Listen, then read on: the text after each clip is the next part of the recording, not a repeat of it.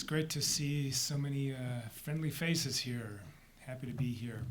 And we're all very fortunate and honored to have four titans from the industry here tonight. And I'm sure we'll all benefit from their presentations, as you will see.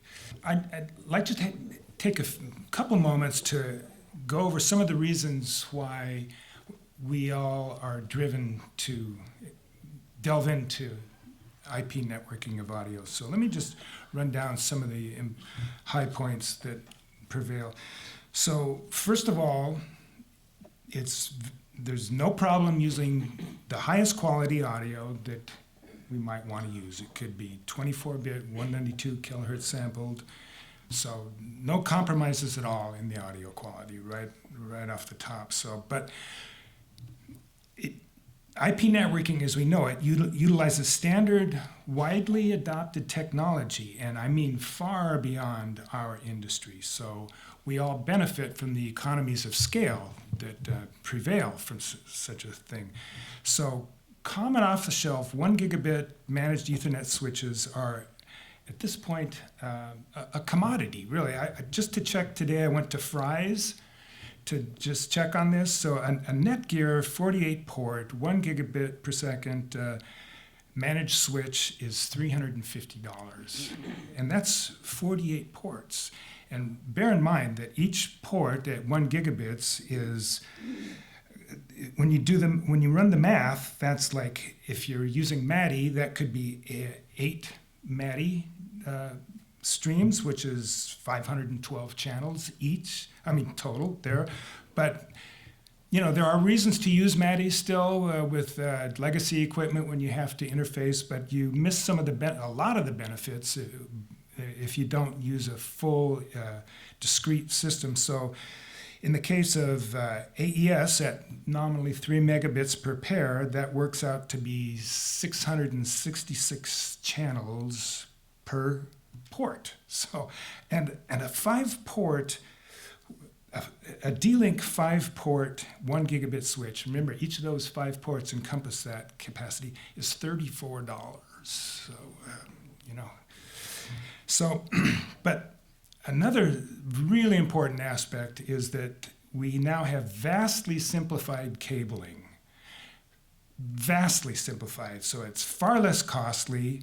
Integration is easier, a lot easier, and a lot faster. So that's a really big deal. Also, all signals are easily connectable to any or all destinations, and no distribution amps are needed for such a thing. Systems can be configured and reconfigured on the fly. Systems are easily scalable after the fact to unlimited size. Systems can be fully redundant so as to be fail-safe. And by virtue of standards, audio over IP systems can be fully interoperable. Audio networking can coexist on corporate networks. You want to be careful about that, but you can do that. There's no need for sync distribution. And once again, it's very economical. So with that, I think you saw from the intro slide that we have the two foremost chairmen of the relevant standards committees with us here tonight. And starting with Kevin Gross, who was the chairman of the AES, of the group that developed, of the committee that developed the AES 67 standard. Kevin Gross is an independent consultant to AV equipment manufacturers and systems designers, and a scholar of engineering practice at the University of Colorado in Boulder. As an AES fellow, he is recognized expert on the intersection of real-time media and networking. Kevin has worked in multiple standards bodies, including IEEE, where he participated in the AVB development, IETF, where he authored several RFCs, AES, where he led the group that produced AES 67, and SMPTE, where he worked on ST 2059 and ST 2110 standards. Kevin conceived and developed CobraNet. Don't forget, there was CobraNet. and helped build the first configurable audio DSP system and developed early digital audio workstations. Please welcome Kevin Gross.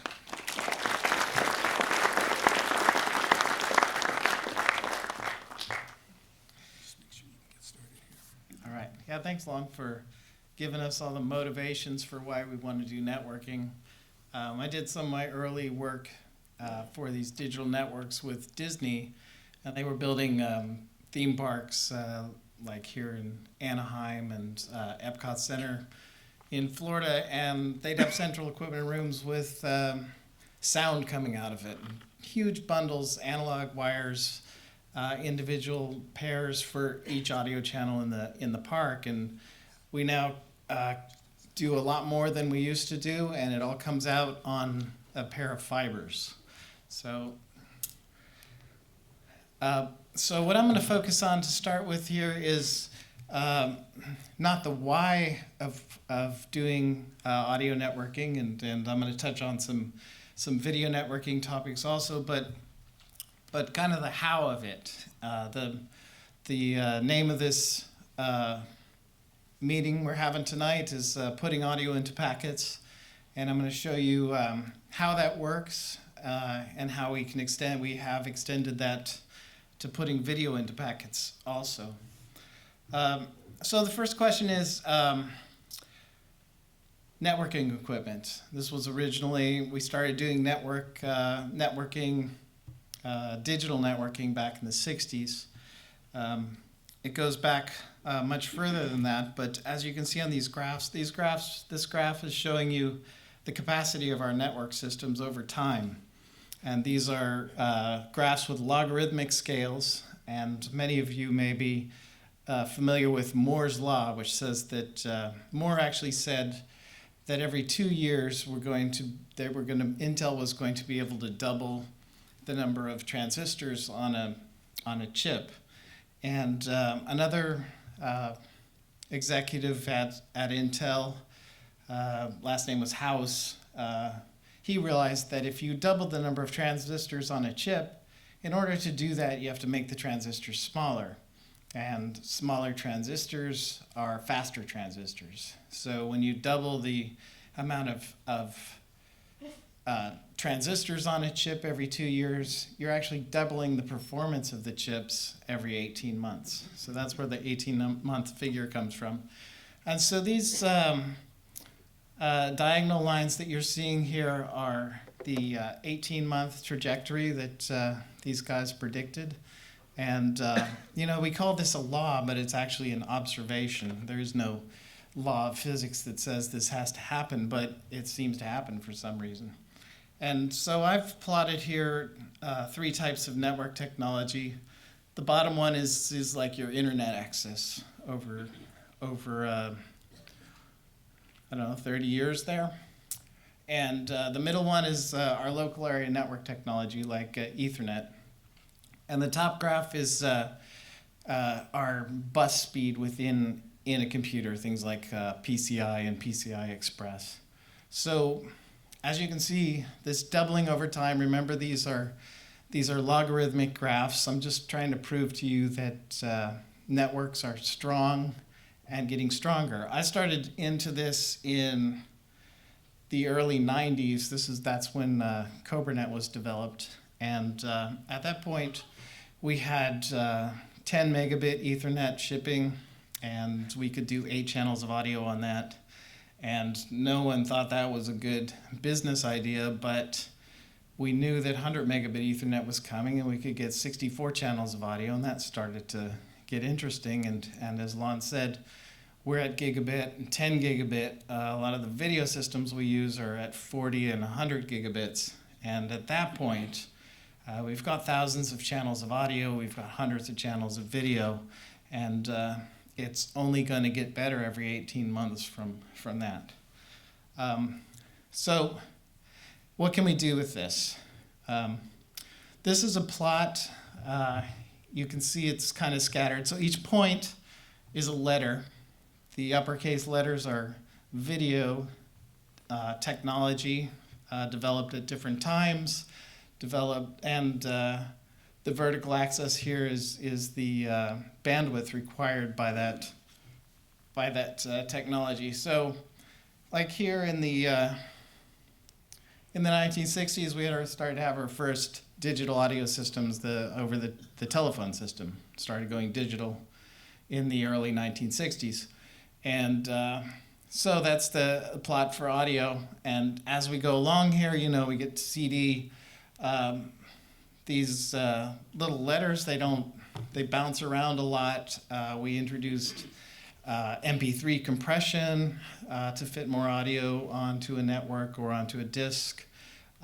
We introduced CD audio, but since it's a logarithmic graph, this middle line that's almost horizontal, that's the plot of how our requirements for doing digital audio, how much bandwidth each channel of digital audio takes, hasn't changed much over the years. And the other thing is that we have used more channels over the years. We started out with a mono telephone system in the 1890s, and these days we're doing video studios and theme parks with thousands of channels. But if you try and figure out how the doubling period, like how fast are we growing the number of channels that we're using in our audio systems, it turns out to be a doubling every 8 to 15 years. And you compare that to doubling every 18 months, and you start to see that networks are kicking our butts. We can use networks for audio. If you think the network can't handle it, you just need to wait 18 months. A similar thing happens, the capital letters are video, and we have seen more growth in our video bandwidth usage, but also we have some video compression technologies that are keeping it under control. But still, you know, we've gone from standard definitions to high definition to 4K, and on a logarithmic scale, those aren't humongous advancements, okay? Like, you know, doubling 10 times doesn't make a big dent here. But still, they're going up.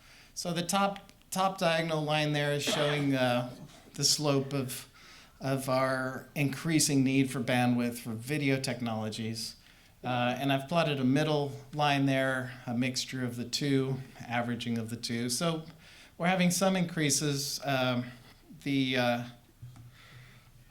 Look at my notes here.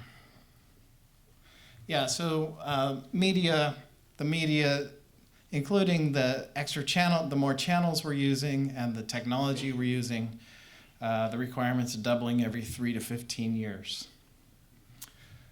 So for reference here, on the same graph, this really sharp diagonal is showing the slope of a line that's doubling every 18 months.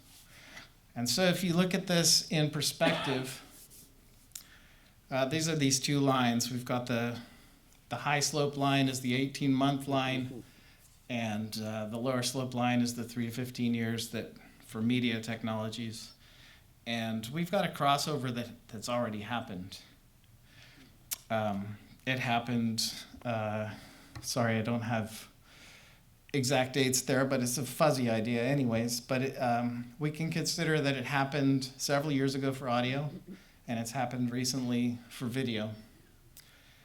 This whole presentation here, we're focusing on audio, but I'll be touching into some video because we are talking about motion picture, right? Society for Motion Picture. All right. So the promised description here of putting audio into packets. So a network is different from, of course, analog audio. You can't put analog audio through network. Networks are digital systems.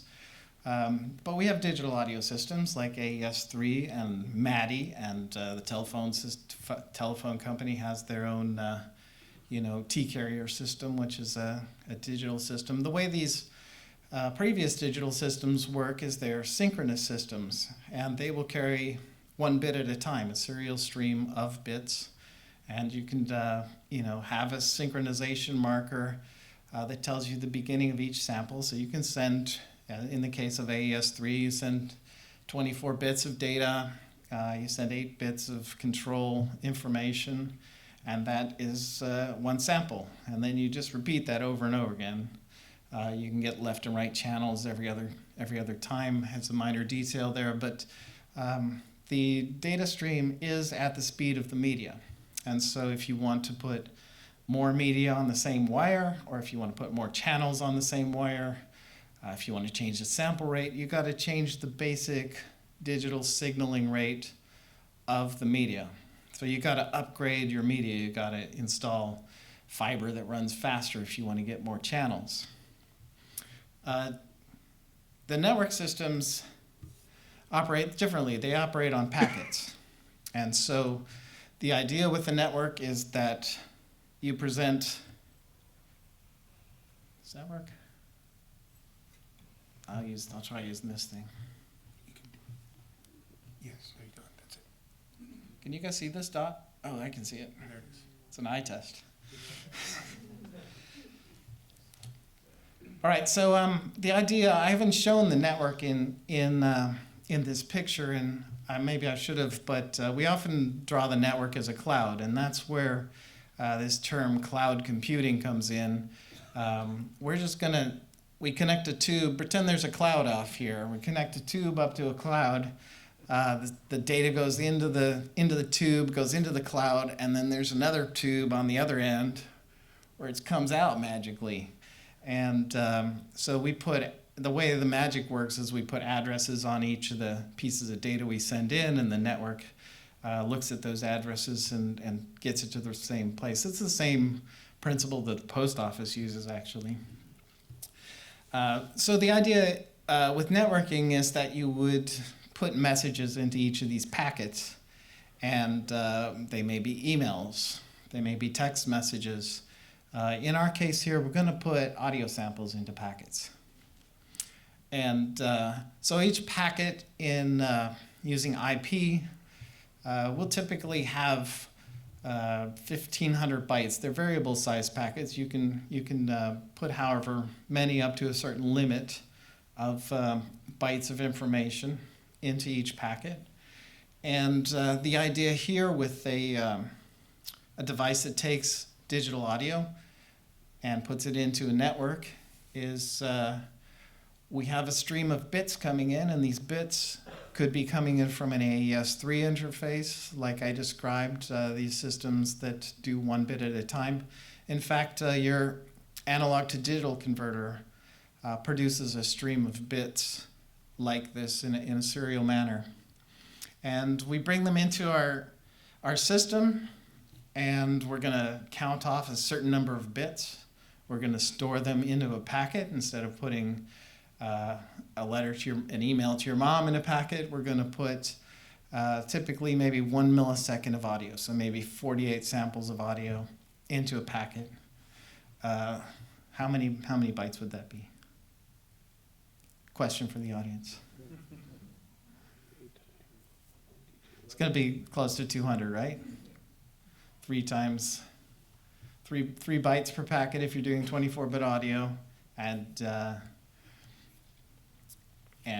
48 samples. That would be 1 millisecond of audio.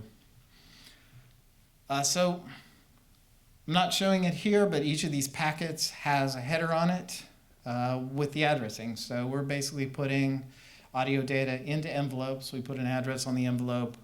We stick it into the tube, goes into the cloud, comes out on this side as packets delivered.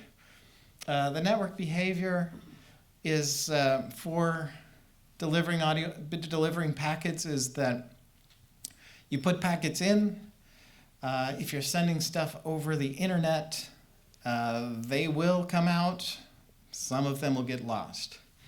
Can be up to 1% loss in an internet connection, and our protocols that do web browsing and the protocols that do email delivery, the transmission control protocol, TCP/IP, detects when packets go missing and ask for the sender to retransmit them. We don't benefit from that in real-time systems because by the time that we would ask for a retransmission, it would take too long to get that packet. And so what we're looking for in real-time audio networking is networks with higher performance than we get over the internet. And so most of these systems for real-time audio are designed to work on local area networks that are engineered and architected to handle the capacity without dropping any information. So you probably notice there's a couple points here where there's a little clock. And so we're bringing in samples, say 48 kilohertz. There's a sample clock associated with the data that we're going to be putting into packets. And on the transmitter side, we have to have a common clock between the transmitter side and the receiver side. It has to be the same time. It has to be going at the same rate. If those clocks are mismatched, over here at this side, if this clock is going too slow, we're just going to be piling up extra packets. It's going to be inducing extra delay as those packets are sitting there. Eventually, we run out of space to store those packets, and we have to kind of restart. Early internet audio, like I don't know if anybody remembers real audio. You do remember it. Okay, so this had this problem. They didn't synchronize these clocks, and so if you'd be listening to a radio station and every half hour or something, it would just, advance a couple seconds to take care of this issue.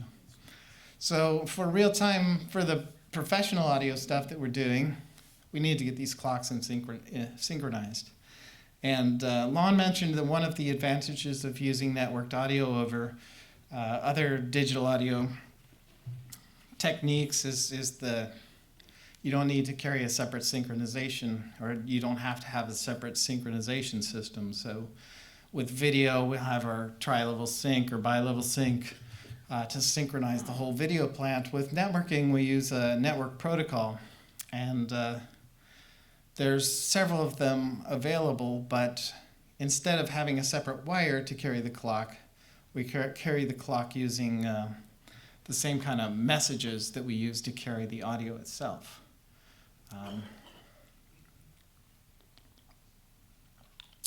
I'll get into a little more detail about that later, but if you ever meet someone who's into synchronization and clocking, those guys go pretty deep. All right, so getting the clocks in sync, getting the packets delivered, if you can do all that stuff, then you can get digital audio over a network. There is some additional latency when you compare a digital networked solution to a synchronous solution like AES3 or MADI, to even analog system. So minimally here, we have to wait for, in this case, 4 bits of information to come in from our analog digital converter before we can even think about transmitting it. We can't transmit a partial packet. We've got to wait for a whole packet to fill up a whole packet before we send it over the transport. And then I've told you this you guys all know that the internet is just a series of tubes, right? I'm saying it's tubes connected to a cloud, but getting through that those tubes does take some time. And so minimally, you've got to deal with the speed of light. I was working on a link from Sunnyvale to New York last week, and we had 40 milliseconds on that link. But in a local area network, you don't deal with that so much. But there are other additional delays that you don't see in systems like AES3 or MADI. The magic stuff in the cloud sometimes holds the packets.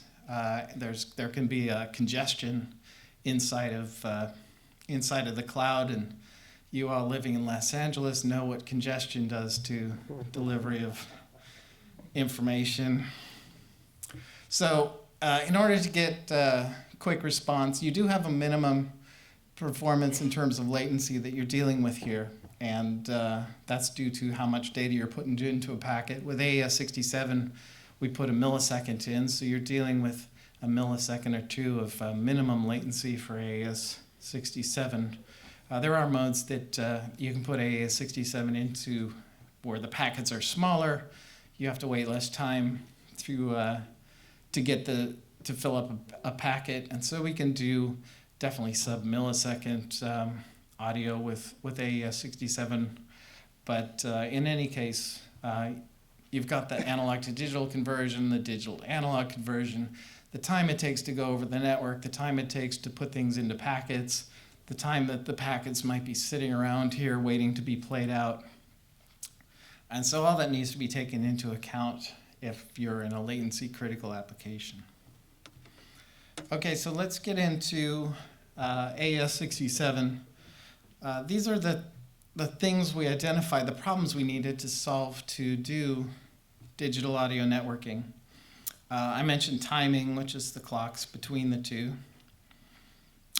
And, you know, we can do, this is just showing a one-to-one communication, a point-to-point communication. But networks are also capable of doing something called multicast, where you can do a one-to-many type of communication. So you put in one packet, and then the network duplicates it. So it's like a radio broadcast to get to multiple receivers the exact same data.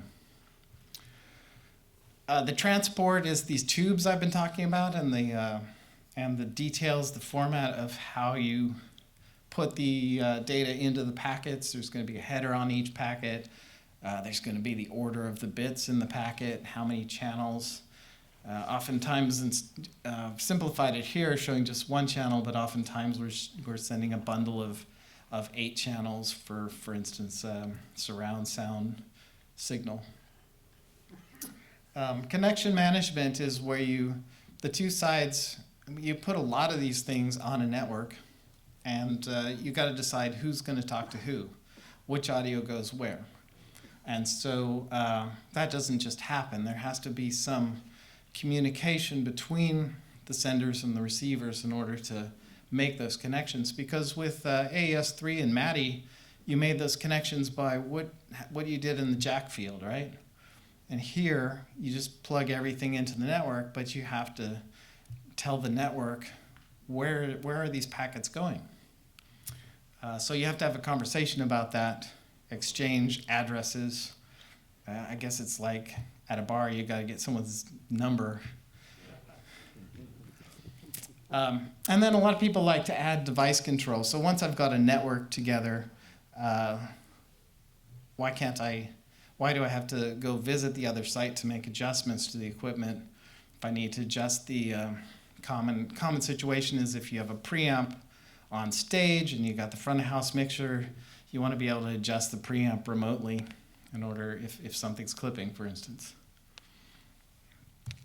So the AES-67 effort got started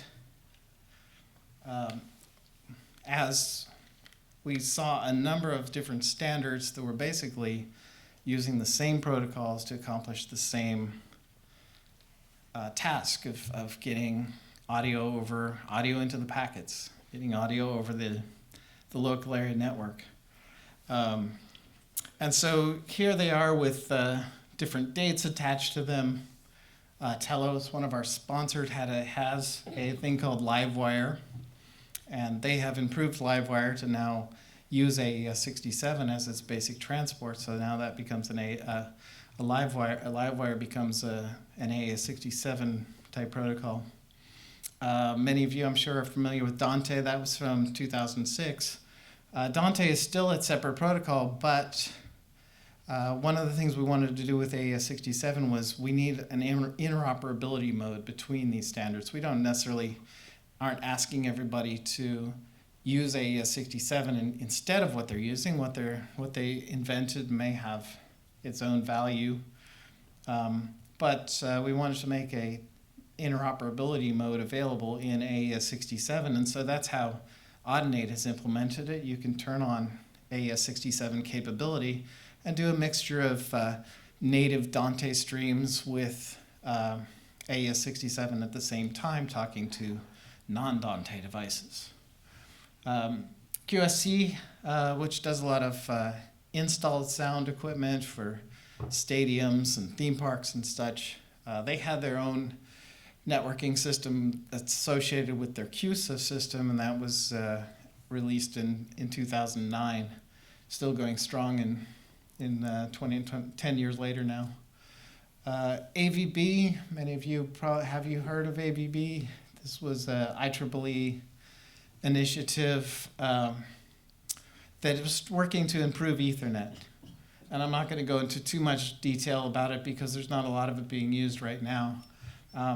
But anyways, the score here was around early 2000s, and so a bunch of different ideas here for using IP, using Ethernet, and you can see we have to solve the synchronization problem, we have to solve the transport problem, and the synchronization. This is where I can get into the details here. The IEEE has a synchronization protocol called 1588, IEEE 1588. Otherwise known as Precision Time Protocol. And this was invented for industrial applications and scientific applications like the LHC, the Large Hadron Collider. What's that? I think it's Hadron, yeah. You've been there, haven't you? Okay. We've had some standards meeting in Geneva, and there have been some tours. But anyways, it's used for synchronizing the detectors inside of the collider. That came out in 2002, so everybody started using it for media. That's what we're using now for that a lot of these protocols used, and that's what we adopted in AES-67. So yeah, in summary, this is what's under the hood in AES-67. We use this Precision Time Protocol from the IEEE. We use the 2008 version of it. For transport, we use RTP. So there's two types of transport over IP or the internet. There's TCP/IP, which you are familiar with for web browsing and email delivery and other stuff. I already mentioned that if packets are dropped, that protocol takes care of resending them and reassembling your message. But on real-time networks, again, we don't have time to do that, so we use RTP, the real-time protocol. This is the same protocol that's used for voice over IP communications. So when you use all of your phones these days, you don't have separate wires for the phones anymore. If you do, you're a little behind the times. But you plug your phones into Ethernet, and it's using these protocols for doing your phone calls. Now we have phone calls are compressed. It's about 8 kilobits per second. With AES-67, we get about a megabit or 2 megabits per second uncompressed, low latency audio. Quality of service. I haven't touched on this yet, but I've told you need a better network for this sort of stuff than you would for doing internet browsing. And so one of the features in networking, including Lon's, how much was it? $300 Netgear switch? Yep. 300, maybe it was 350. So quality of service is a way to prioritize traffic. And even in the inexpensive gigabit managed switches, you have the ability, you can put markings on the packets. So we're marking the packets with from addresses to addresses, but we can also mark them with priority. And so we can give a higher priority to our media packets containing audio and video and the clock information. And so that's the quality of service topic. And there's a well-established system on IP networks called DiffServ, and this is supported in high-end central core switches that route traffic for enterprises, as well as these $300 edge switches from Netgear and other commodity vendors. So the last part, connection management, was this conversation that you need to have to decide who's going to send audio to whom. And again, there's existing protocols, these ones are primarily associated with making telephone calls. And, building a virtual router for audio is similar to making telephone calls. We do have this ability to want to send one signal to multiple places, so things are a little different than telephone calls, but it's always good, we felt, in developing standards to use existing technologies, existing protocols when developing a new, especially an interoperability standard. It gives you a leg up on implementing the stuff, and stuff that's already out there tested and in use is better to put in front of people than inventing new stuff. So that's the approach we took with AES 67. AES 67 was published first in 2013, and since then we've published revisions in 2015 and 2018. And all of these revisions are just clarifying and fixing typos and errors that we found in the original 2015 thing. One of the important things that I feel about interoperability standard is that you don't want to be changing it. You want to have something that you get it right the first time and it's stable and people can count on it to make connections. And so here's my pitch on interoperability. There is a thing called the network effect. And the network effect is most easily demonstrated with talking about the telephone system. If one person has a telephone, it's not a useless phone. You can't call anybody, right? And so, but as other people buy telephones, your phone, without doing anything to your phone, becomes more valuable. There's more people you can talk to. And so the value of a system like AES 767 increases as more devices and more people participate with it, and we are seeing that happen. The way we handle getting these things to actually talk to each other in practice as opposed to in theory is by getting a bunch of engineers together in the room with a lot of stringy wires. And the idea is, there's a core group that developed the standards, and then as the years have gone by, more have joined with other implementations. And so we get together and plug things together. I think this one is IRT in Germany, and we've done a lot of recent plug fests with audio and video in Woodlands, Texas, for instance. If you go to NAB, there's IP Showcase, which is showing AES 67 as well as the new SMPTE video standards 2110. All hooked different manufacturers together, and we I don't know, doing that on a trade show floor, that kind of feels like it works if you can do that. So finally, we've created a continuum of standards here for different types of networks. You still want to be able to use the internet. Voice over IP uses the internet, and I told you there's problems with the internet, both in terms of reliable packet delivery. You don't want dropouts in if you're doing a recording, but they seem to be okay for most phone calls. ASIP is something from the EBU, Audio Contribution over IP, so reporters in the field can submit material to their stations, high quality audio. And then AES 67 for real-time audio within facilities. And then for more demanding applications, AVB offers an improved version of Ethernet with quality of service beyond what's available with this DiffServ technology that's built into the Internet protocol. And finally, here's a little eye chart. I told you that AES 67 was standard based on other standards. We want to use existing protocols that are out there, tested, deployed, implemented. And So putting together AES-67, AES-67's up here. I've talked about 1588 for synchronization, RTP for the transport of the packets with the data in it. This is a standard for high quality audio in the packets as opposed to voice over IP in the packets. Anyways, we've got video stuff going on in here. Here's SMPTE has a standard for synchronization that replaces the black signal. This is a comprehensive picture of where we stand with networks, standards, and audio and video.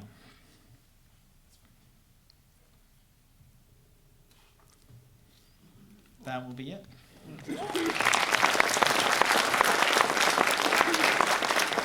And I believe we're all going to sit down at the end and answer questions, so we're going to move on to the next.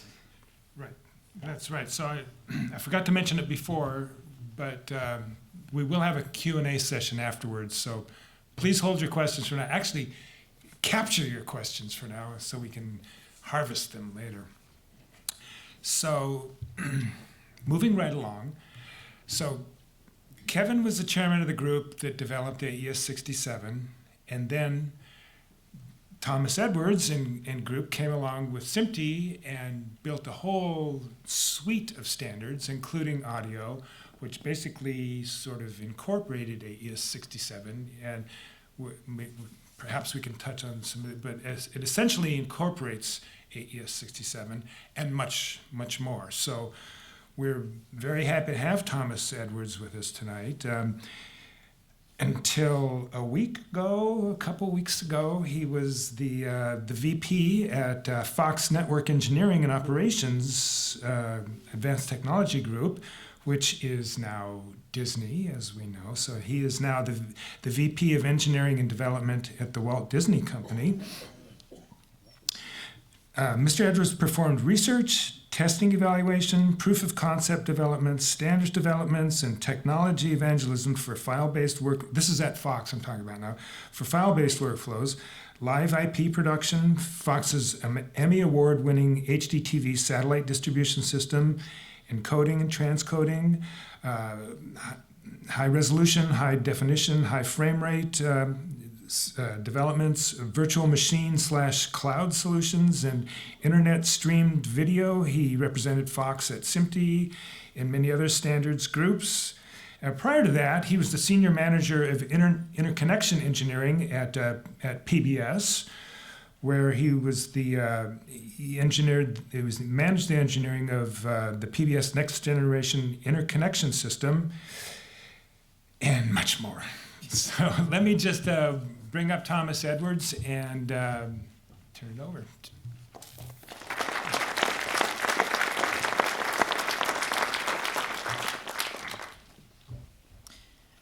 Yeah, so to excuse my scratchy throat, wrong way. Moving forward. I've got 7-year-old twins, a boy and a girl. I'm just getting over a cold I picked up from them. And, they ask me sometimes, so Daddy, we've seen your lab, we've seen the network center, so what do you really do? And I try to put it into 3 simple words. Analyze new technologies. Standardize, where appropriate, standardize those technologies, and evangelize and those new technologies, and that's what I'm here to do tonight, to evangelize new technologies. So I am with Walt Disney Television. I do want to reflect in some ways similar to what Kevin was talking about where we've come from with Ethernet technology and where we've gotten to. So if we go back to 1993, this is just bringing out these examples, no particular interest in these particular companies, but Calpana APS 500, it was a 5-port, 10 megabit per second system. I think, as Kevin said, you get about eight audio channels on your 10 megabit Ethernet. Just 2 weeks ago, Arista came out with the 7368X4. This is a 128 port, 100 gigabit Ethernet per port Ethernet switch. For your video people, that's a 10,000 by 10,000 video router. And for you audio people, that's a 10 million by 10 million audio channel router in 4RU. But that's not what I'm here to talk about tonight. What I'm here to talk about tonight is not actually moving media over IP. No, I'm talking about beyond just moving media over IP, because moving media over IP is just the beginning. I like to think of the IP broadcast standards stack. And at the very bottom, we've got our good old friend doing networking, Ethernet and IP, and of course DHCP, so you can figure out what your IP address should be. And on top of networking, there's timing and synchronization. And as Kevin also pointed out, that's IEEE 1588 Precision Time Protocol, and also on the SMPTE side, the Profile of Precision Time Protocol, SMPTE 2059-2. On top of that, there's media transport, and this is where we're actually moving that media, moving that audio and video and ancillary data over IP. And of course, we've got AES 67, which of course was really RFC 3190, and SMPTE 2110-30 for audio, which is really just AES 67, which is really just RFC 3190. No one can come up with it. It's uncompressed. Hey, what are you going to do, right? No one comes up with an original idea anymore. Media flow description. So you've got that media moving over IP. What's in that media? What's the audio sample rate? What's the bit length? And this is where you need to know more information about what's in those flows.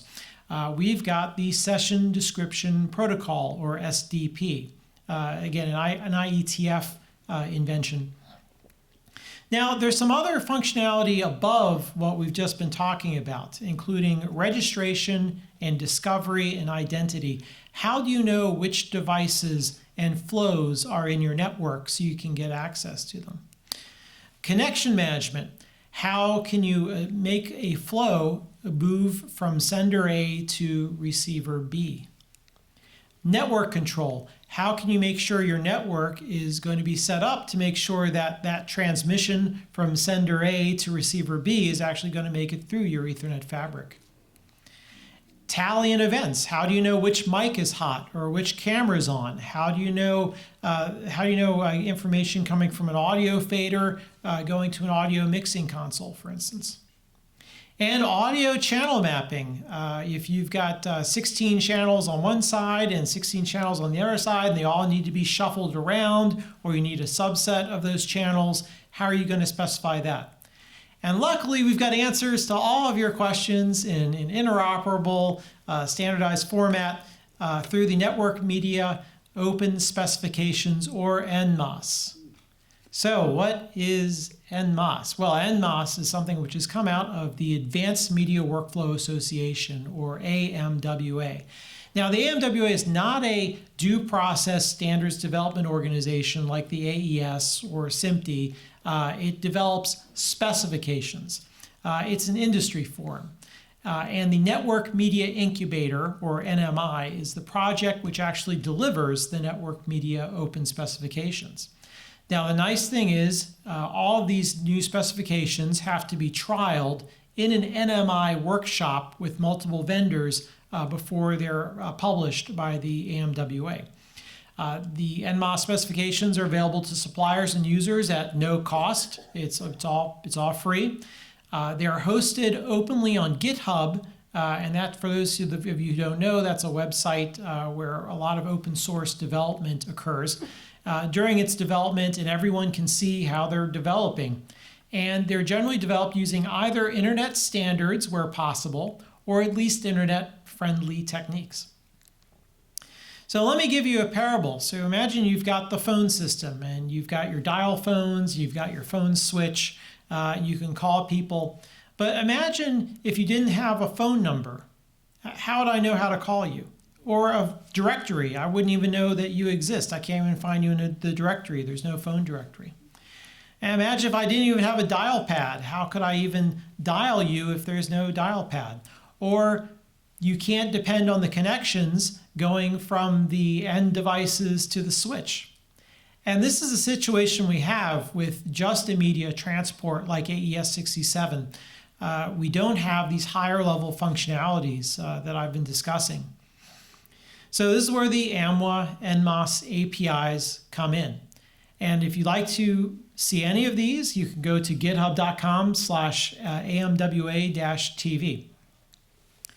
So AMA ISO 4, where IS stands for Interface Specification, ISO 4 is discovery and registration. So devices can come on the network and then can say, hey, I'm a microphone. And it can say, hey, I've got Thomas Edwards' voice on me, for instance, and I have this audio sampling rate. I've got this bit depth. I've got this sound field channel specification. AMA ISO 5 is the connection management. So this is how you actually connect your microphone to your speaker, for instance.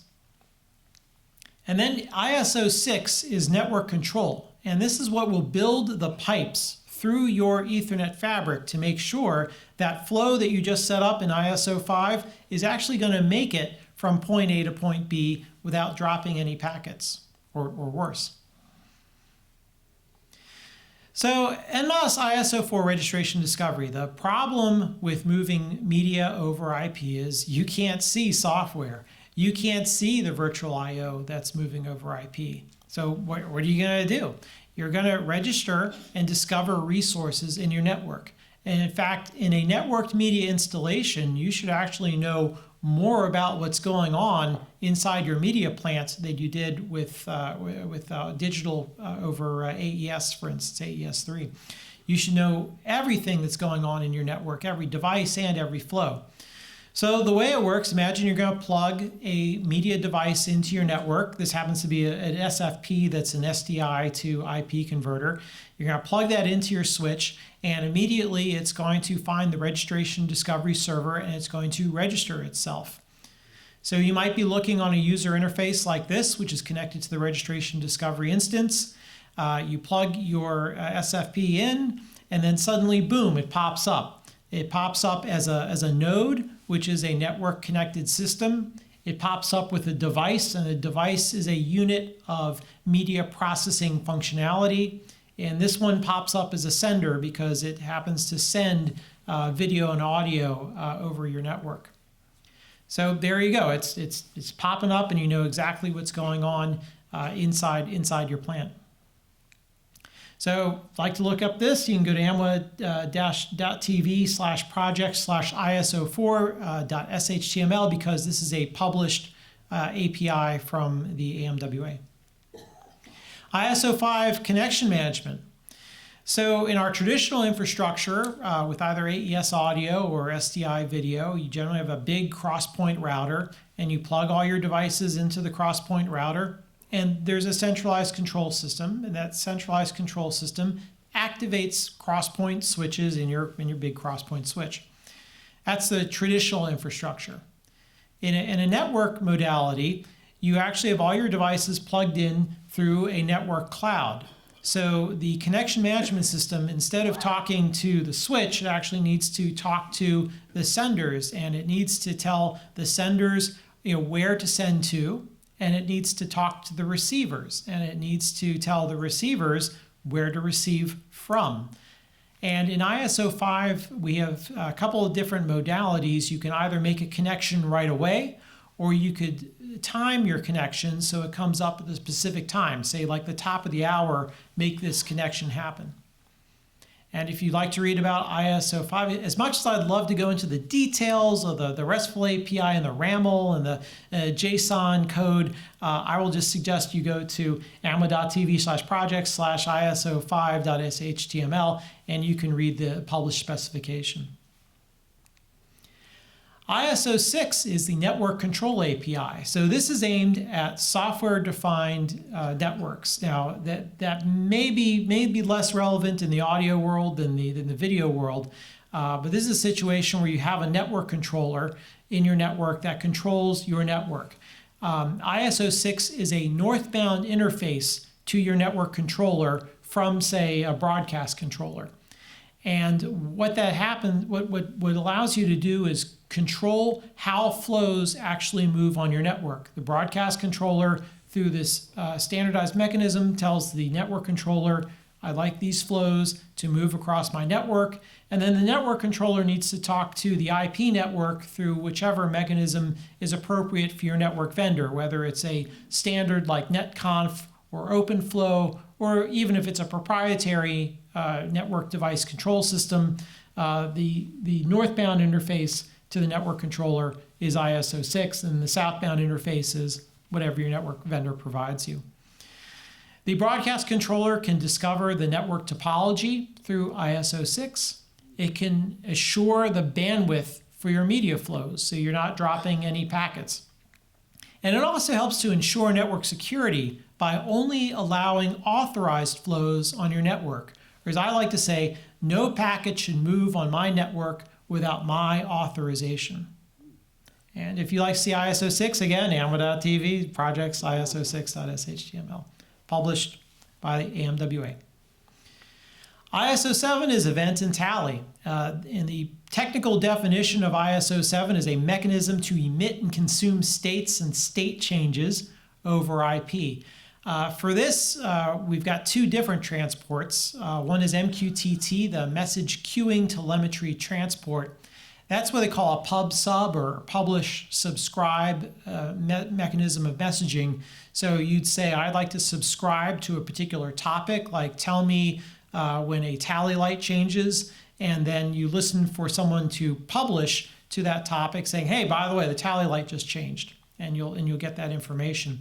And MQTT is really good for small footprint embedded devices or machine-to-machine IoT. On the other side is WebSocket, which is a full duplex TCP communication. If you remember when Google Maps started being interactive, that was the first use of WebSockets. It's easily implementable in a web browser, although you could have embedded systems using WebSockets as well. So those are the two transports for ISO 7. Again, if you want more information, amwa.tv/project/ISO7.html. In case you think there's a little running gag here, yes, that's exactly what it is. AMWA ISO 8, audio channel mapping. So this is actually a work in progress, so you have to go to GitHub to see this, github.com/AMWA-TV. Look for NMOS audio channel mapping. And this is how an NMOS compatible system can remap audio channels. And there are two sides of this. The first side is for a sender, remapping the audio that it has coming in and is going to send over the network. And then on the receiver side, it's how audio received from the network is then going to be remapped within its own processing.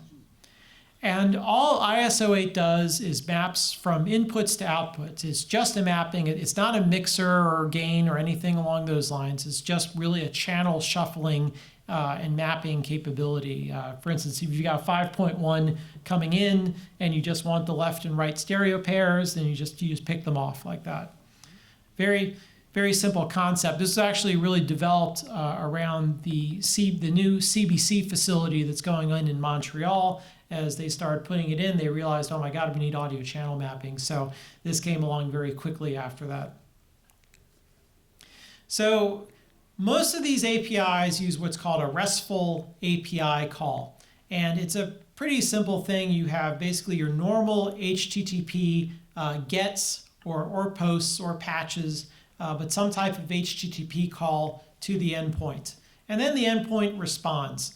And the endpoint is generally responding using JSON, the JavaScript object notation. But the one thing you'll notice, you can, in this case, actually, it's ISO 6 here. It's calling out to a network device to get its information, a specific unique ID of network device, and then it comes back and it says, oh yeah, I'm a Nexus 7700 switch, for instance. But you can read this, right? Everybody can read this on the screen? That's bad. Well, this should not be in the clear. As we started doing the NMOS APIs, it suddenly became clear to us we might want to do security. Okay, there are some bad people out there. We can't depend on our networks being completely separated from the bad outside world. And in fact, the best IT security practice is assume that you are already compromised. So there are three elements of security. The first is authentication, and that's who are you? And once you know who you are, then it's a matter of authorization. What are you allowed to actually do? because we don't necessarily want someone walking into a network plant. They put in a USB stick somewhere, and suddenly you've got a system that can control every single camera and every single facility on the planet that you own, right? You don't want that to happen, right? We want granular authorization to limit the attack radius. So authentication is 1, authorization is 2, and number 3 is encryption, right? We don't want people to be able to read our transmissions.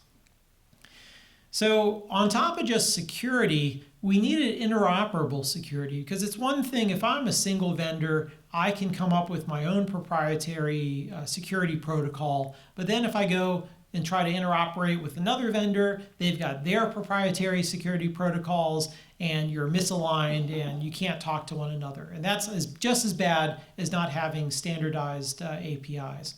So we call this our interoperable security project. So this is going to take the form of what's known in AMWA as a best current practice, or BCP, and specifically this will be BCP-003 family. So the first one has already been published, BCP-003-01, Securing Communications in the AMWA and MOS APIs. And what this means is you should secure your AMWA and MOS API calls with transport layer security. And on the HTTP RESTful side, that means use HTTPS.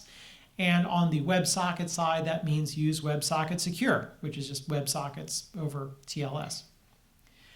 BCP 003-02 will be client authorization in the NMOS APIs, and this is a work in progress right now. Again, if you'd like to see our works in progress, go to GitHub and you'll be able to see where they are right now. And this will use the OAuth 2.0 framework for authorization. This is widely used in IT and, in fact, in even internet operations today. So neither of these are crazy unusual. Raise your hand if you've used HTTPS. Okay, everybody. Okay, so this is dumb simple, right? Means it gives you confidentiality, it's encrypted, it's unreadable to third parties. It gives you identification through the use of certificates. You can check to see if a server is owned by a trusted party. It gives you integrity. There's a message authentication code as part of every HTTPS transaction, which ensures messages have not been tampered with. And there is authentication, that messages have actually come from where they claim. So you get all of that with HTTPS. So who's seen something like this, where it's like log in with Facebook, but it's not the Facebook site? Raise your hand if you've seen something like this. Okay, a couple of fewer people, that's good. OAuth 2.0 is in wide use in internet applications, both interactive ones and also in machine-to-machine APIs. The concept here is, you type your password, you say log in with Facebook, and you type in your password directly into Facebook, so it doesn't go to Spotify. We're trying to log into Spotify. Your password does not go to Spotify. Your password goes to Facebook. And then also, you don't necessarily want to let Spotify do just anything with your Facebook account. It'll say, okay, we're going to get your name and your profile picture, but this does not let the app post to Facebook. So you have a limited set of authorizations that you'll get in a token. So Facebook will send a token to Spotify, and that will have limited authorization in terms of what Spotify can do with your Facebook account. This is exactly what we're going to use in the BCP 003-002. Any NMOS client that wants to access a NMOS API is going to have to first authenticate itself and then get an authorization token using JSON Web Tokens, or JWTs, and that token will allow it to have specific authorizations at a highly granular level on specific devices in your plan. So if you're interested in any of the stuff that AMWA is doing, first of all, by the way, feel free to join up and become a member. It's not an expensive organization. And secondly, there's a GitHub site feel free to check it out. All the works in progress are there, including neat things like actually do testing these NMOS APIs. And if you're also interested, feel free to join my LinkedIn group, Professional Networked Video and Audio, where we talk about professional networked video and audio. Thank you.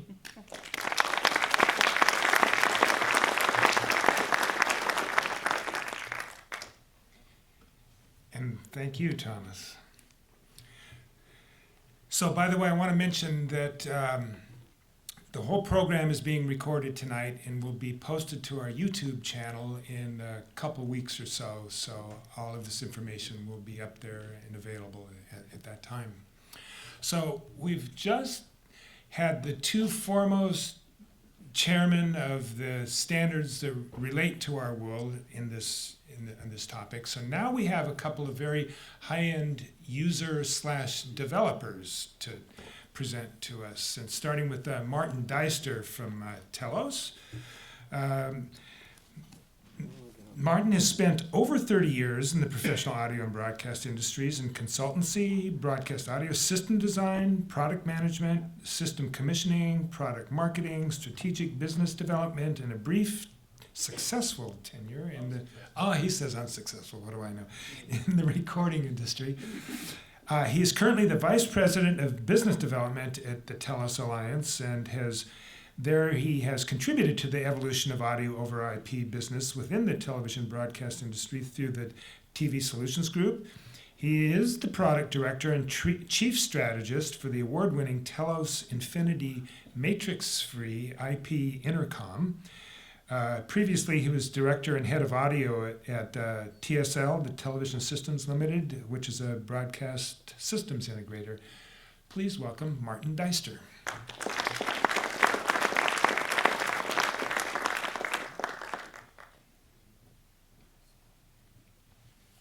Thanks, Lon, and good evening. Right, so let's get this going in the right direction. There we go. So my job title, what it basically means is I say seemingly intelligent things in a British accent, and really clever people with American or Eastern European accents try and interpret them. That's what I do. Okay, so now that we've got that clear, I'll try not to go into too much detail because I really won't understand it. So, short history lesson. I'm going to talk about a little bit about audio systems and how they were before the invention of audio over IP, and also how that relates to products. And I'm going to use the example of our IP intercom system to explain how that works. So, this next picture, this is me, well, this is somebody like me doing my job back in the early noughties. And you can tell from the image as well, from the video, from the resolution of the photo there, just how old it is. Probably actually a painting rather than a photo, it's that bad. But that's not me. I would never wear black shoes with those colour pants. But okay. This is a real project, though. This is one I worked on in 2003, 2004, and it's not a coincidence that I chose those dates. This was a baseband project, SDI, analog, AS3, MADI at RTP in Lisbon in Portugal. Massive, massive project. I was on site in Portugal for basically 6 months, and my wife is out there somewhere and can attest to the fact that I came home for 2 days every 3 weeks or so to see the kids. And we worked on this huge project. We built multiple studios, post-production facilities. We installed hundreds of miles of cable. Tens of thousands of connections were made. On the right-hand side there, you can see the punch-down frame that's at the core of this. And somewhere, we had cable runs of 300 yards and stuff like that. It was a hell of a project. Here are some of the system schematics from that project. There were over 100 of those, super complex systems. If you see a red line there, it's analog. If you see a blue one, it's AES3. If you see anything purple, it's SDI. That's sort of the way it goes. At the end of that project, we celebrated the fact that we were on time and wildly over budget. Because project like that, you just can't really quote it at the outset and expect to make any money on it. So, audio over IP. Thankfully, Kevin has already given this slide, so I'll go through it very, very quickly. I chose 2003, 2004 because 2003 was the year that my company, Telos Alliance, introduced Livewire, the first audio over IP protocol. I mean, before that there was audio over Ethernet, but the first true level 3 audio over IP protocol was Livewire. And by 2004, we had the first system implemented in Auburn, Alabama, at an unpronounceable Weglumfum radio station in Auburn, Alabama. And that was the first audio over IP station. I wish I'd had audio over IP. I would have probably spent 2 weeks in Portugal on that project if I had. In 2006, Audinate produced Dante, Wheatnet in 2008. Ravenna, we'll quibble on dates here. I've got 2010, Kevin's got 2012. But I'll whip through this slide because this is all stuff that was discussed during Kevin's presentation. But that's the timeline of the emergence of audio over IP. Finishing at the bottom with AIMS work, the foundation of AIMS, which ultimately led towards the establishment of SMPTE 2110, or at least helped move us towards it, and AES 67 in 2110. So the payoff of using audio over IP, of course, is it uses layer 3 switch fabric, PTP clock, RTP and SDP, those things again that my esteemed colleagues have talked to you about in much more detail. Multicast removes the needs for many of those products that I showed in the other diagrams earlier. So no need for DAs anymore. Patch bays, pretty much a thing of the past. I mean, I know people recoil at the idea. I don't have any patch bays anymore, but you really don't need them. I mean, what are you going to patch? Everything's digitized. Everything's on a network. Centralized routing, again, that's something that goes away. You're switching on your Ethernet fabric. You're not switching using a massive TDM frame. Or at least that's the theory. The payoff in financial terms all comes down to cost of cabling. The design takes a lot less. Associated costs with all that, the time spent on site, if you're working on a foreign project like I was in that example. All of those things cost a lot less, and audio quality is not compromised as a result, as we already discussed. With a distributed system, your edge devices, your converters, your A to Ds, your D to As can be installed next to the baseband device. You can digitize at source. You can join the network as a packetized audio, and as a result, you have a cleaner and more efficient audio system. We did touch on this briefly. We talked about PTP, but no house sync. I know one of those diagrams there was the Black and Burst and AES time and the time code, and the AES reference distribution. That goes away. Your timing on the switches, you're using PTP. And also as a result of not having those central points of failure like big routers, you end up with a more resilient system. So that was a quick run through. I'm very conscious of the time, but because we have the Q&A to come, that's a quick run through of how systems have changed as a result.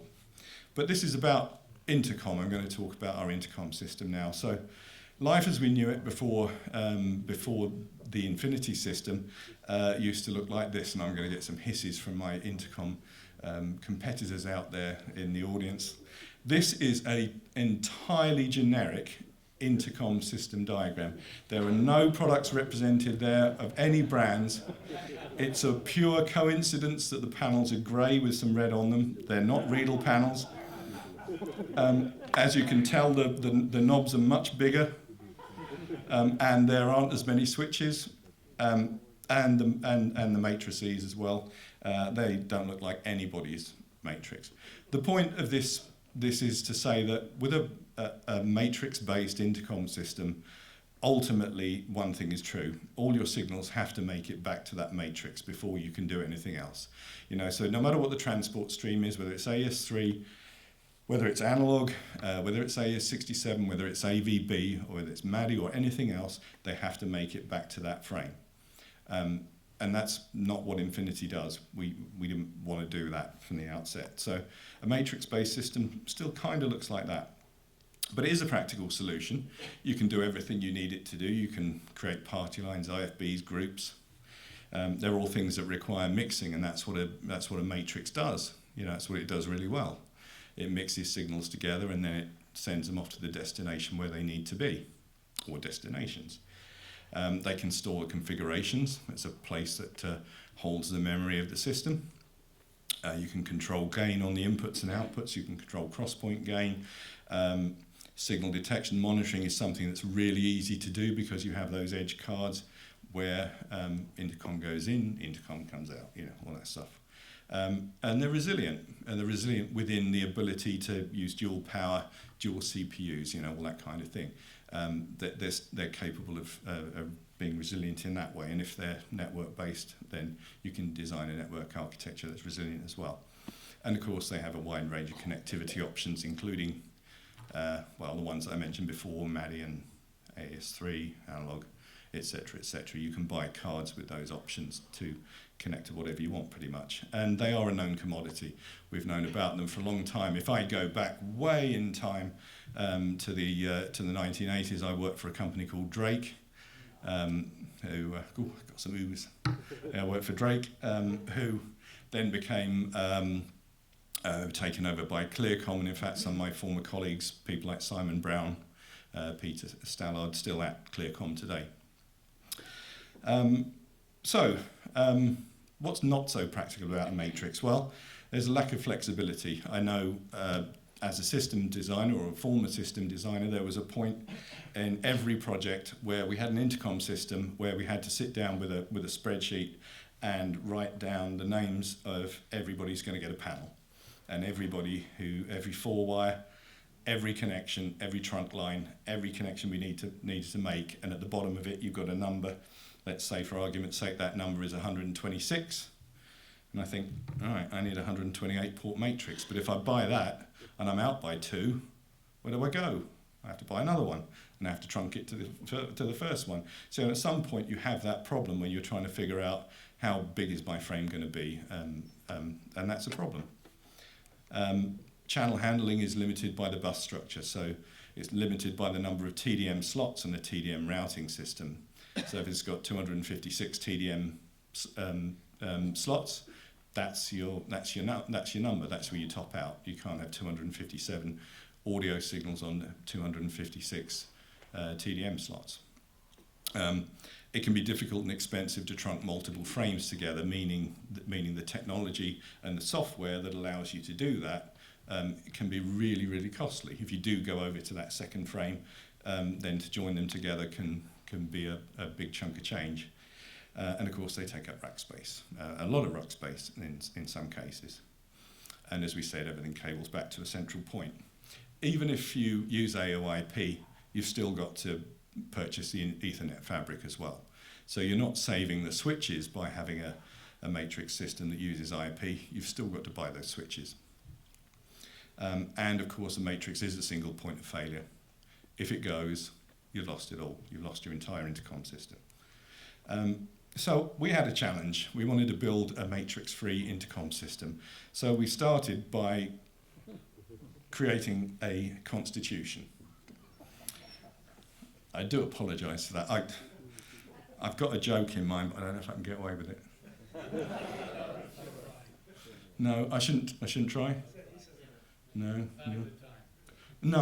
it's quite funny. I'll tell you all afterwards. I'm not going to risk it.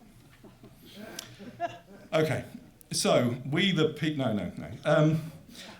decided from the outset, no matrix, no equivalent centralized processing engine. So nothing that looks like a matrix that isn't really a matrix. You know, no big lump of processing somewhere that does the job that a matrix used to do. We didn't want that either.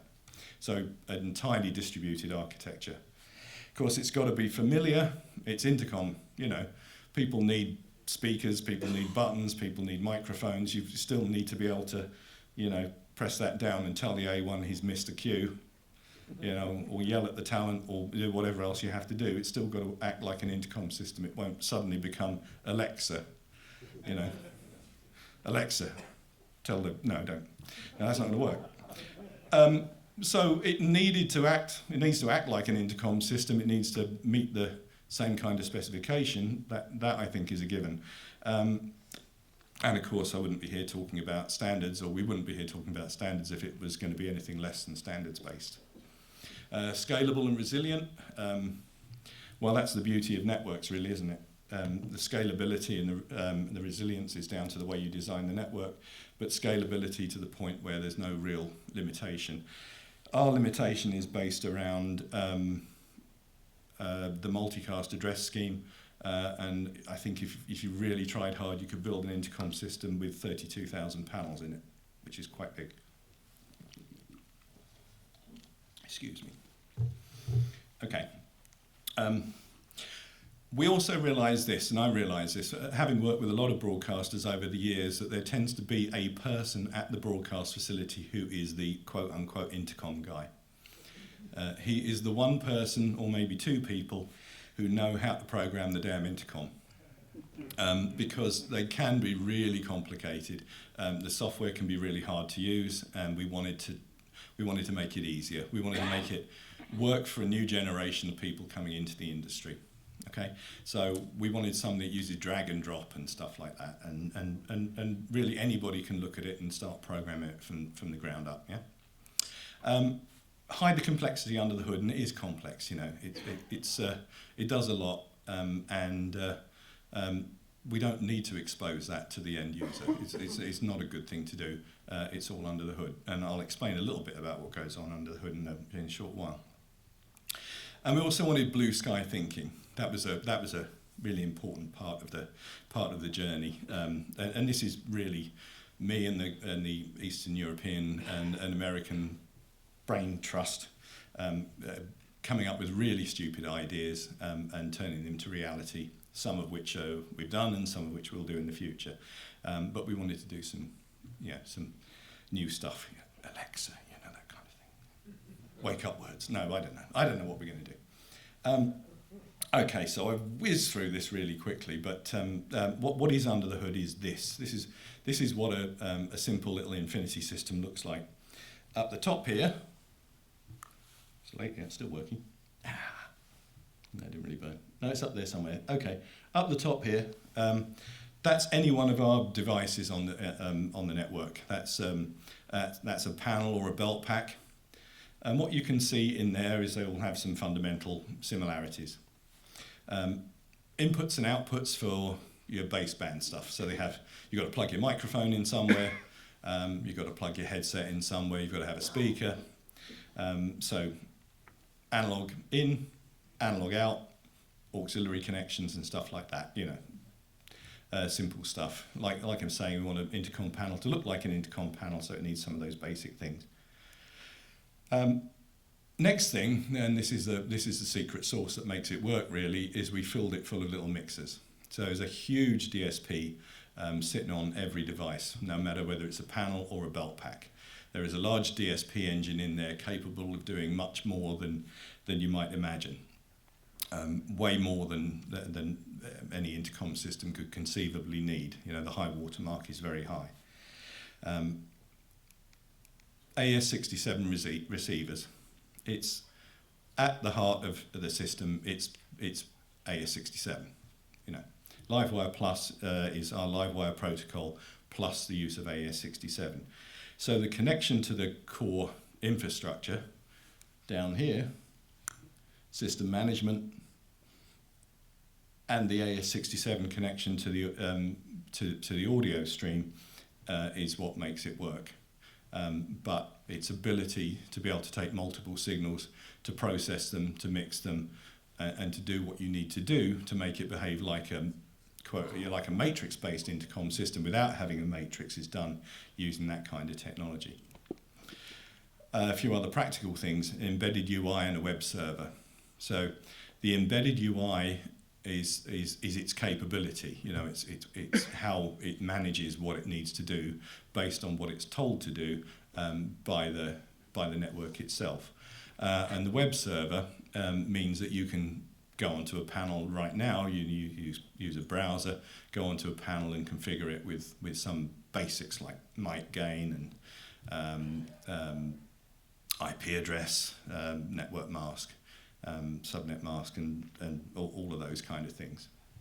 And then on the other side of the physical UI, so buttons, rotary controls, you know, normal things to make it do intercom-y stuff. The dashboard software piece is where we created the UI that you use to configure the product. So it's a database that runs on a PC or a server on the network that is aware of everything that is connected to the network. So it's aware of all the devices, the panels, belt packs, etc. And it's used to create the configuration that turns these devices into an intercom system. It doesn't have to be running all the time. It's not actually processing any live events. It's used as a configuration tool. But as you'll see on the next slide, when you create something like an IFB, it is the piece that tells the panels what they need to do and how they're going to function, and how they're actually going to do what an intercom system needs to do. So dashboard is aware of all IP traffic that's sitting on the network. It's aware of all the devices that's sitting on the network, and it's what configures them into the state that they need to be in so that they can operate. You can turn it off, the system will still run quite happily, but you need it running if you're going to configure anything. If you have third-party devices, well, we talked about Dante before.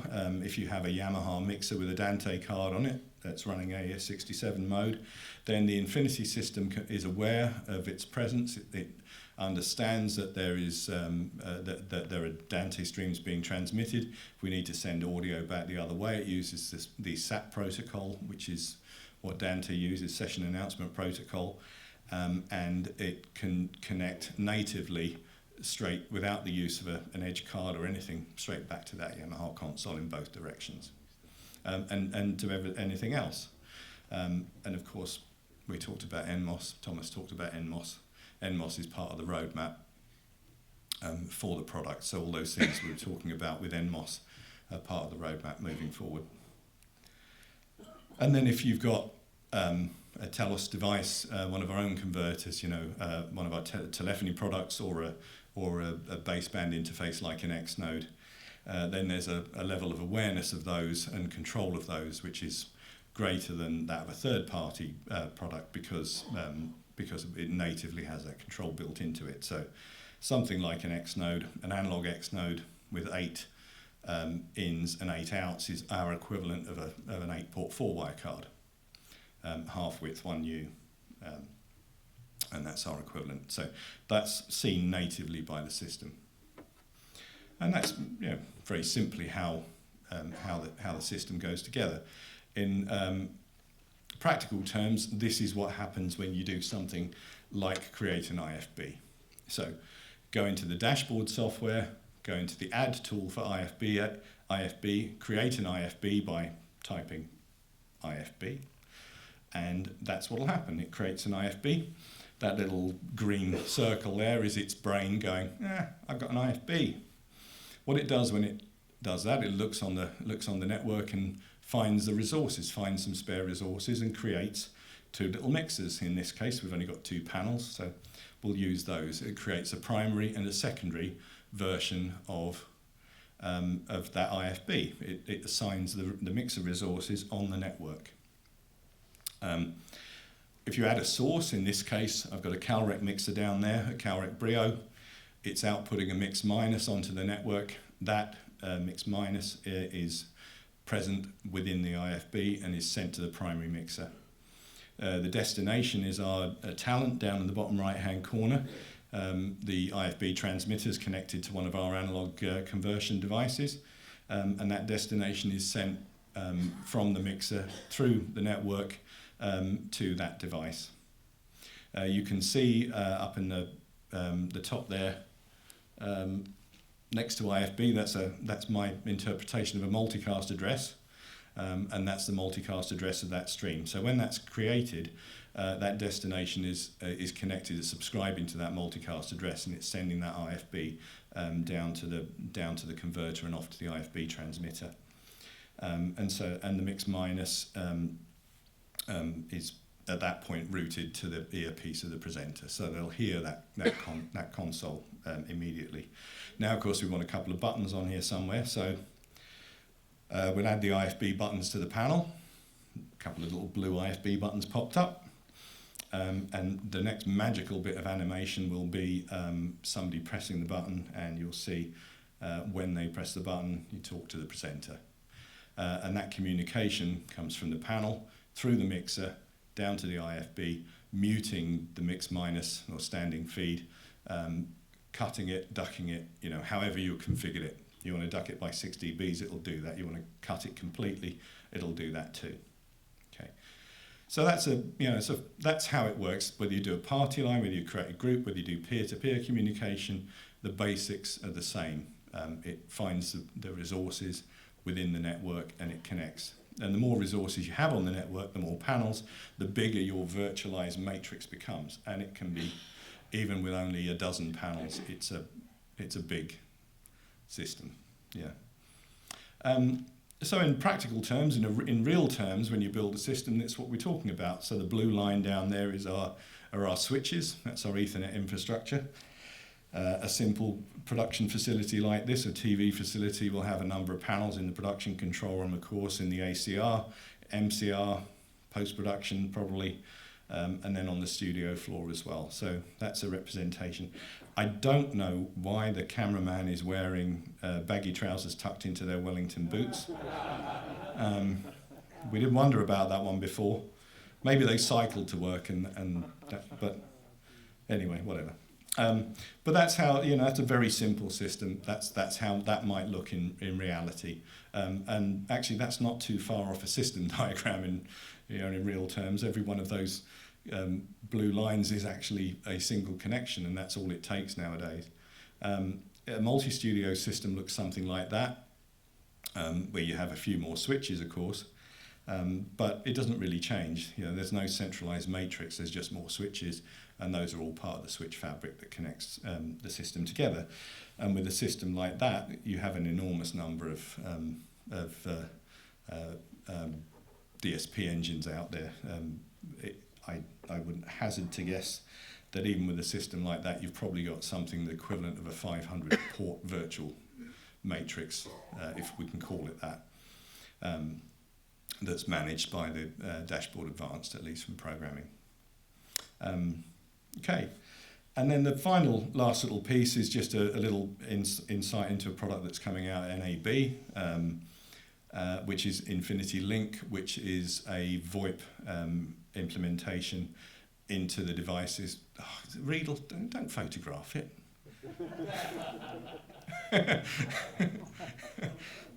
No, it's all right. I was a week and a bit away, we're fine.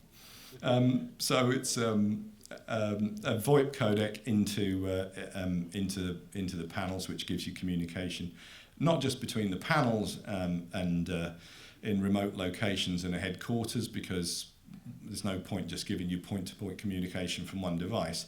Each panel then becomes a gateway for anything else that's connected on the network. That's the point. So if I have a panel with a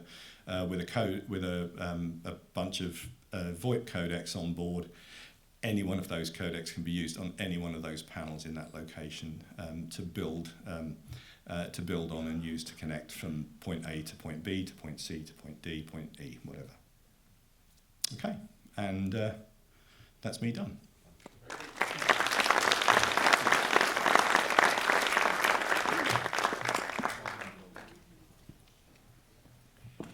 Thank you, Martin. By the way, an example sampling of his systems are set up out in the lobby for you to drop by and examine and push buttons and enjoy. Next, we are very happy to have with us Scott Adamitz. For the past decade, Mr. Damas has launched national media networks for Fox, the Big Ten, and the Pac-12 conferences. His specialties include cloud-enabled media workflows, clustered scalable storage systems, dynamic live encoding and streaming, content delivery network integration, and custom automated video on demand creation, rights management and delivery. Especially interested in leveraging software-defined distributed clustered storage system. He is the engineering manager at Riot Games. Riot Games is the video game developer and esports tournament organizer based in West Los Angeles, home of League of Legends. Current projects are SMPTE 2110 video over IP vendor interoperability lab, software-defined network control of ST2110 network flows, CLOS, multi-stage circuit switching networks, and scale-out media storage. He was the senior manager of technology operations at NFL Media, and previously he was the director of systems architecture and technology at the Pac-12 networks, where he launched 7 networks, 1 national, 6 regional.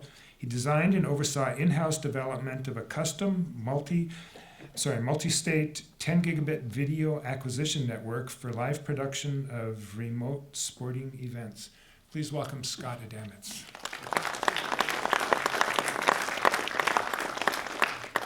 Okay, so SMPTE meeting's over. This is SMPTE After Dark. Is it still Wednesday? Okay, so my name is Scott Adamits. I head up esports technology at Riot Games. And if you'll permit me, I'd like to show a quick little video introduction to League of Legends. I suspect there's some people in the room that have no idea what it is.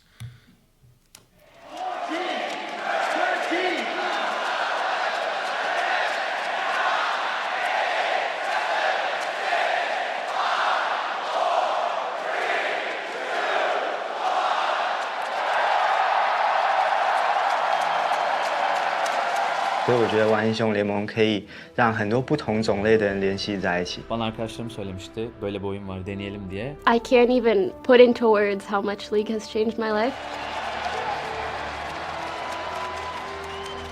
League of Legends is a free-to-play game where 2 teams of 5 players select a unique champion and attempt to overrun the opposing team's base. To keep the game fresh, Riot Games has pushed out hundreds of updates during the last 9 years.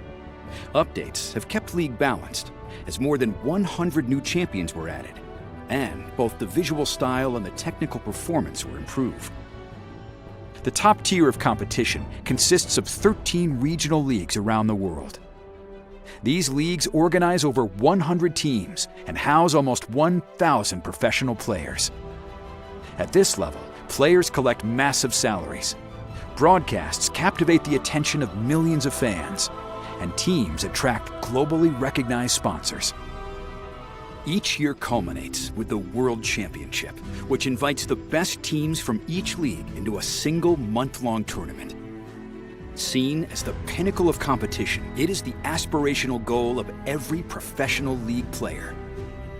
To create a setting worthy of this prestige, championships are held in the world's most iconic arenas. Past events have sold out venues like the Mercedes-Benz Arena in Berlin, the Los Angeles Staples Center, and the Beijing National Stadium. This international event is broadcast in 19 different languages, across more than a dozen streaming platforms and television stations. Viewership has continued to grow through 2018, with the last tournament peaking at 99.6 million unique viewers. We have done it. Everyone is seated. We have a full house. Bronx is away. IG are on the Nexus. The LPL has never won before, but that will change today. The Crownless are finally king. League has become a different language that everyone can understand because they're all invested in this game. I love the culture that has grown from League and how much it's impacted this new millennia. I don't think you're going to find a more shared and interconnected community on the level that League has with anything else in the world. 전 세계에 있는 팬들분들이 정말 뭐 언어도 다르고 다 다르지만 이제 똑같이 리그 오브 레전드를 사랑하고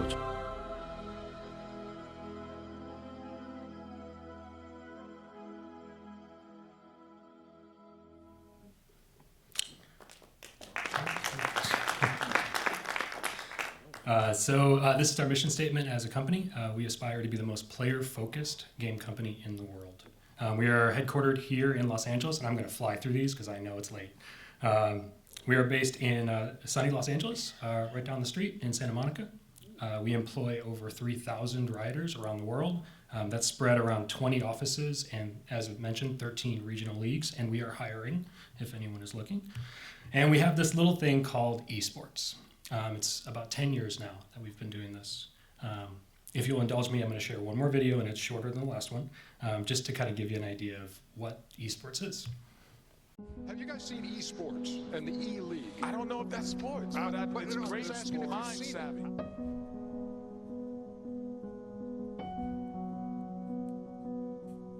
But I don't know if athlete is the right word that I would go for. If you don't break a sweat, I don't consider it a sport. No, you do.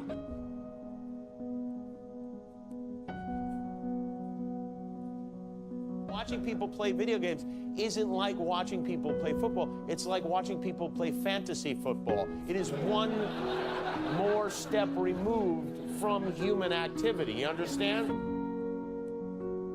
It's video games.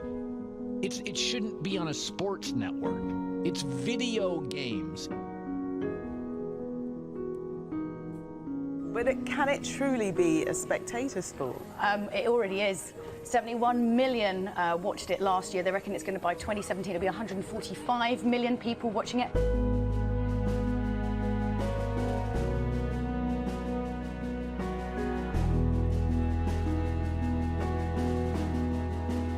They're actually giving college scholarships for video gaming. You're kidding. And it's even gone to the point that now the government has acknowledged professional video gamers as athletes. Same way you'd watch a football match, you can hear the crowd, everyone's cheering the team on, you make friends, these are people you talk to, you play with online. It's all about community, it's being part of something that you're incredibly passionate about. Running for Barrett though right now, trying to establish vision control and force Ambition! Ambition steals the Elder Dragon! He gets away! He's alive! This is a 4-Drake Elder Dragon! He lives! Ambition saves the game once again!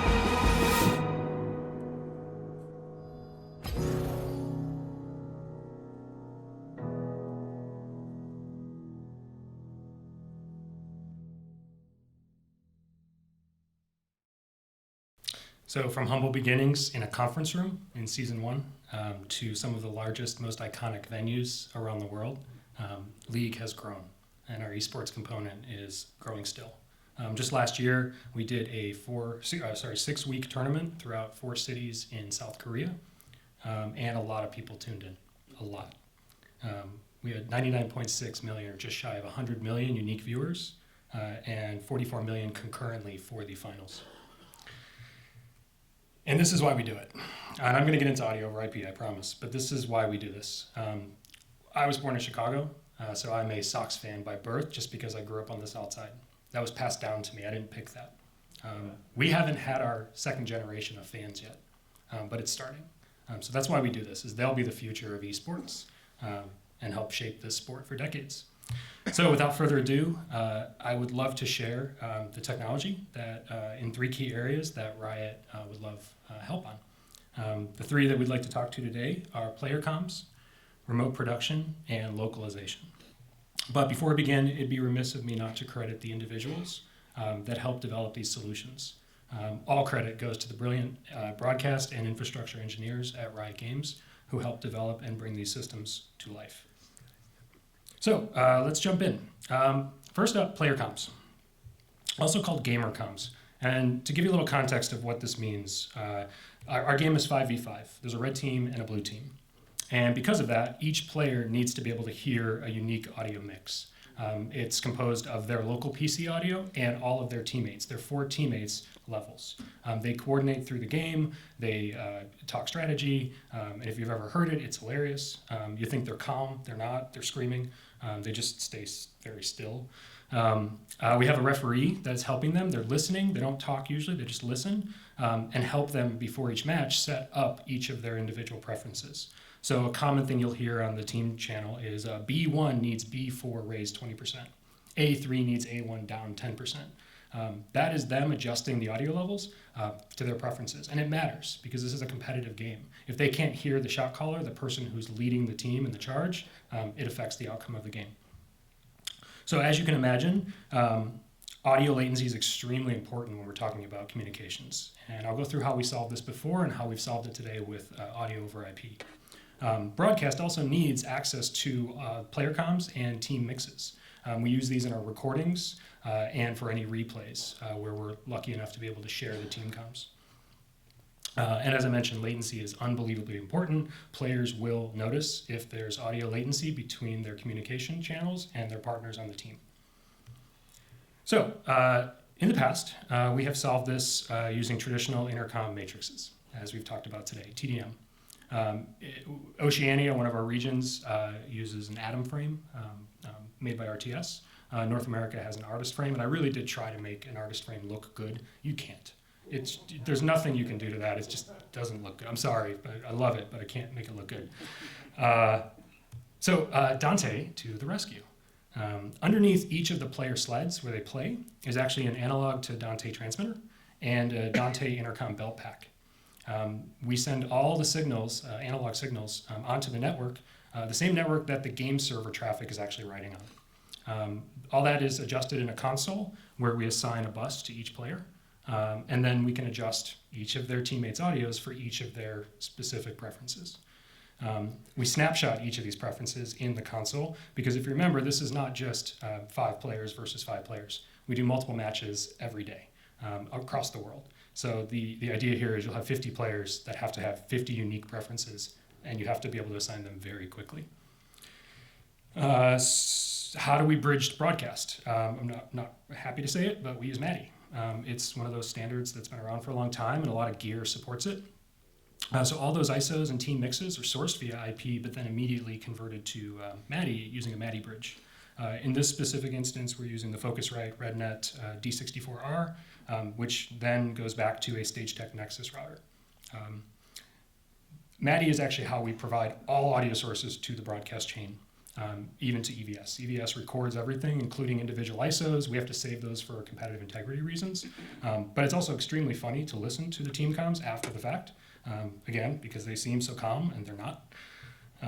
Okay, so let's go through now remote production. So you saw that those events that I showed you in that video were not held in the United States. So our most recent events were our mid-season invitational in Paris, France, and our World Championship in South Korea, 4 cities in South Korea. So our production center, though, however, is in Los Angeles, right down the street. So when we did our show at MSI, we had 5,500 miles of distance between us and 175 milliseconds of latency. That's just network latency, not encode, decode. That's just the network itself. World Championships was even worse. It was 6,000 miles and almost 200 milliseconds of latency. As we discussed, there are limitations in the audio protocols today that do not work over 175 milliseconds of latency. They don't work over 20. We have to figure out a way around that. We have a lot of audio, over 128 individual audio feeds that have to get back to our production center. Today we're using 2 by 64 channel MADIs and a MADI bridge, MADI IP back to MADI. And as a backup, we embed all of those backup audio signals into our video transmission. Problem there is we're using MPEG-4. We can only guarantee sync to about a frame, which is obviously great for video, not so great for audio. So I'd like to break down how we're using the different protocols. That's why we're here today. So in a nutshell, Dante is our live sound protocol. It handles all PA, gamer comms, stage, performances. You've seen we have our own band that we've made up called KDA. It's a K-pop band performed using Dante. And it's all unicast. Next up, we have MADI, which is actually our bridge to broadcast, and our site-to-site bridge. The reason we do this is because of that immense latency.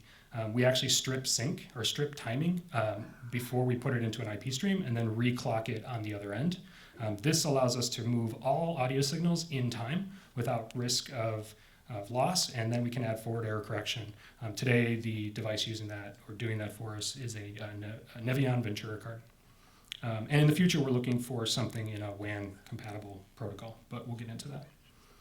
And then last but not least, AES67 is primarily used today in communications. That's everything from wireless belt packs and a device called the Bolero to intercom panels. It is all multicast, and we do enable IGMP snooping and QoS, which Kevin talked about. Or I think it was actually Thomas. Okay, last but not least, localization. As the video alluded, we have some challenges here. We broadcast in English and 18 other languages. The video is not updated. We actually distribute to 30 plus partners and platforms, and we do all of that live. So how in the hell do we do 19 languages across 30 platforms live? First, I'll show you the platforms. That's them. You name it, we use it. And this is how we can do 99.6 million unique viewers and 44 million concurrents. We spread the load. So as you can imagine, it takes an immense amount of work to coordinate delivery to 30 platforms in 19 languages. So I'd like to share how we're actually solving that today, and then how we'd like to solve it in the future. So we have 2 PCRs. All of this is produced out of 2 control rooms in Los Angeles. PCR 1 is handling our pan-English feed, which serves North America, Europe, and Australia, or Oceania as we call it. And PCR 2 is our world feed. Output of PCR 2, which is the world feed again, is sent to 18 regional studios via a mix of high vision, which is like an MPEG-4 transport device, sometimes using SRT if we have to transmit over the public internet, RTMP, and then, I'm not proud of this, private YouTube feeds. So private YouTube channels that you don't know about, but that's how we're distributing worlds. A lot of this rides over our own network, so I'm not sure if anyone here in the room is aware that Riot actually has its own ISP. That's called Riot Direct. That's actually a network map. And I asked them for the total routing capacity, and all they would say is many terabits. They don't want to tell me how much, but it's many terabits per second, edge capacity. So what we actually send to these 18 different partners is NAT sounds, replays, interstitials, but we don't include announcers or any casters. Casters is play-by-play. And the reason for that is we let them voice it live in their own production facilities, which vary widely in capabilities, from a small room in a conference or a small production studio to a massive facility like some of our bigger regions. Again, I just mentioned this, but they receive the world feed, voice it live. They basically call the game live, and then they insert their localized, translated graphics and any rollout packages that they might want to insert. They then return those feeds back to Los Angeles for major platform distribution, which for us is Twitch, YouTube, and ESPN+. They distribute to their local platforms as well in country, but we obviously want a copy of it so we can archive it for posterity. But that is in just what we do to actually serve 30 platforms in 19 languages. And this one is spicy. We actually use Slack. Is anyone here familiar with Slack? I know it's, okay, great. You would not think Slack is the great communications protocol to coordinate 30 platforms in 19 languages, but it works great. And not proud of it, but it really does work. So that's what everyone's sitting in a Slack channel, and we have a broadcast director on the world feed counting people into and out of packages, breaks, and then time for them to actually start the show. Now for the future. Here's where we'd like to be. In the short term, we'd love to offer a partner Dante network on site. This would allow regional broadcasters who want to travel to our major shows. Our next upcoming ones are in Ho Chi Minh, Hanoi, and Taipei. And then for Worlds, I actually don't know if I can announce that, but it's Europe. There's several cities in Europe. In the longer term, we see the need for 2110 and AES67 on site so that partners can bring their equipment and their gear and be able to subscribe to anything, any audio or video source of their own versus SDI tie lines today. But that's not where we want to end up. That's just our stepping stone. Because we're looking for a solution to be able to allow our partners, wherever they are, around the world, to be able to subscribe to any available audio or video and mix their own show and distribute it to their own platforms without having to come back or travel to the show. That's just antithetical to how we work. So I told you I'd get you out here on time. That is our presentation, and thank you very much for your opportunity to say.